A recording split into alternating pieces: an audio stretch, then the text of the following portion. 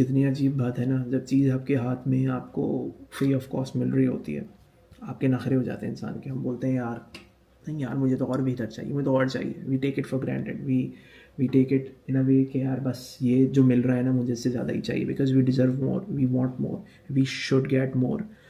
और जब वो चीज़ और वो अपॉर्चुनिटी आपके पास से चली जाती है, you miss it, it is gone, right. और आपको फिर अगली अपॉर्चुनिटी मिलती है, और उस अपॉर्चुनिटी के अंदर आपके लिए सेम एग्जैक्ट आसानियाँ जो है वो नहीं होती, ठीक है। Then there comes a time of realisation, जिस पे आपको समझ आता है कि यार आप कितने नाशुक्रे थे, जिस पे आपको नज़र आता है कि यार वो काम कितना आसान था। जहाँ पे आप पे वर्कलोड बढ़ता है, आपको लगता है कि यार वहाँ पे तो एक का काम करना था, जिसमें मैं इतने नखरे करता था, यहाँ पे 10 का काम करना पड़ रहा है।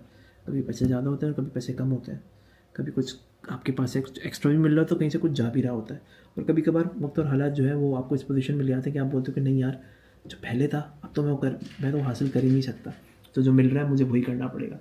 लेकिन जो आपके पास हो सकता था वो तो जा चुका है, क्योंकि आपने उसकी कदर नहीं करी।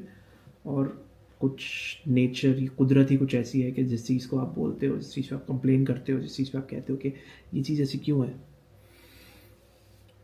वो चीज़ आ चुकी है। Now you only have regret.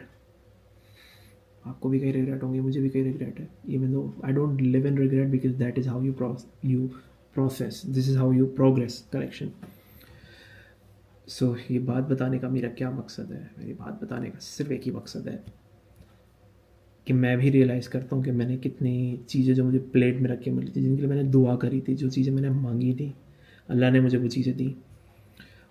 और जब वो चीज़ें मुझे मिल गई और मैं उसमें कंफर्टेबल हो गया, और उसमें स्टेबल हो गया, और उसमें जो मेरी इनिशियल प्रॉब्लम थी वो सॉल्व हो गई, so I of course opted for more, but I miss the part जहाँ पे मेरे पास जो है मैं उसको शुक्र अदा करूँ, उस चीज़ का मैक्सिमम शुक्र अदा करूँ, मैक्सिमम शुक्र अदा।